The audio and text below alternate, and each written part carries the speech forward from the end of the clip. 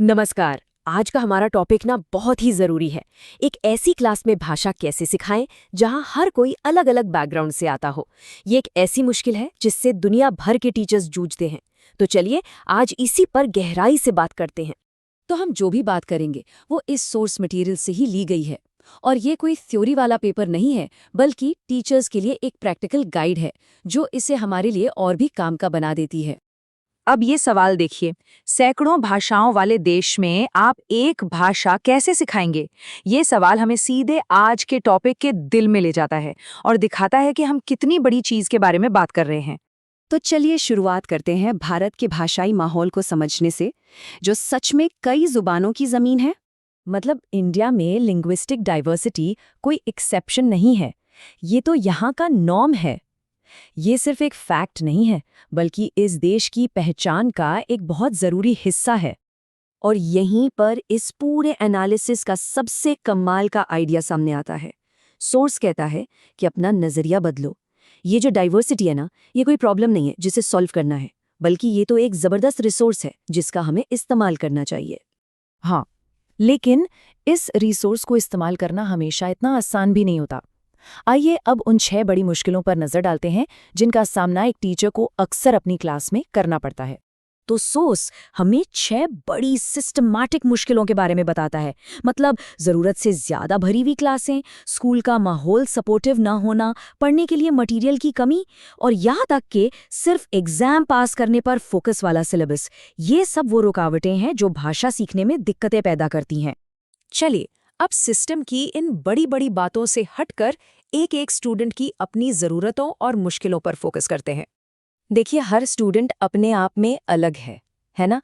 कुछ फर्क उनके अपने अनुभवों की वजह से होते हैं, जबकि कुछ स्पेसिफिक लर्निंग डिसेबिलिटीज की वजह से होते हैं, जिन्हें समझना एक टीचर के लिए बहुत ही ज़रूरी है। जैसे कि डिसलेक्सिया को ही ले लीजिए। ये एक ऐसी लर्निंग डिसेबिलिटी है जहां स्टूडेंट्स को अक्षरों और उनकी आवाज़ के बीच का कनेक्शन समझने में मुश्किल होती है। जाहिर है, इससे उनके लिए पढ़ना एक बहुत बड़ा चैलेंज बन जाता है। फिर आता है डिस्ग्राफिया। जैसे डिसलेक्सिया का असर पढ़ने पर होता है, वैसे ही डिस्ग्राफिया लिखने की एबिलिटी पर असर डालता है, चाहे वो हाथ से लिखने का काम हो या अपने विचारों को शब्दों में पिरोने का। और फिर है अफेजिया या डिस्फेजिया, जो बोली जाने वाली भाषा को समझने या बोलने की क्षमता को प्रभावित करता है। एक टीचर के लिए इन सब को पहचानना इसलिए ज़रूरी है ताकि वो सही मदद दे सकें। तो सवाल ये है कि इन सब मुश्किलों से निपटा कैसे जाए? चलिए अब सॉल्यूशंस की तरफ चलते हैं और एक टीचर के इंक्लूसिव टूलकिट से कुछ प्रैक्टिकल स्ट्रैटेजीज पर बात करते हैं। एक इंक्लूसिव यानी सबको साथ लेकर चलने वाला क्लासरूम बनाने के लिए सोर्स कई तरीके बताता है। जैसे हर स्टूडेंट के इंडिविजुअलिटी की सराहना करना, टीचर स्टूडेंट की बातचीत बढ़ाना और ग्रुप डिस्कशन जैसे अलग-अलग तरीकों से पढ़ाना। इन सब से सीखने का एक बेहतर माहौल बनता है। और हाँ, ये सिर्फ हवाई बातें नहीं हैं। ये जो सोर्स मटेरियल है वो एक इंक्लूसिव माहौल बनाने के लिए एक क्लियर रोड मैप देता है, जो दिखाता है कि ये स्ट्रैटेजीज असल में कितनी प्रैक्टिकल हैं। तो इस पूरी बातचीत का निचोड़ क्या है? सबसे बड़ी बात क्या है जो हमें याद रखनी है? वो ये कि विविधता ही असली ताकत है। सबसे जरूरी बात यही है, हमारा लक्ष्य क्लास में एकरूपता लाना नहीं है, बल्कि जो भाषाई और सांस्कृतिक विविधता पहले से मौजूद है, उसे सेलिब्रेट करना और उसका बेहतरीन इस्तेमाल करना है।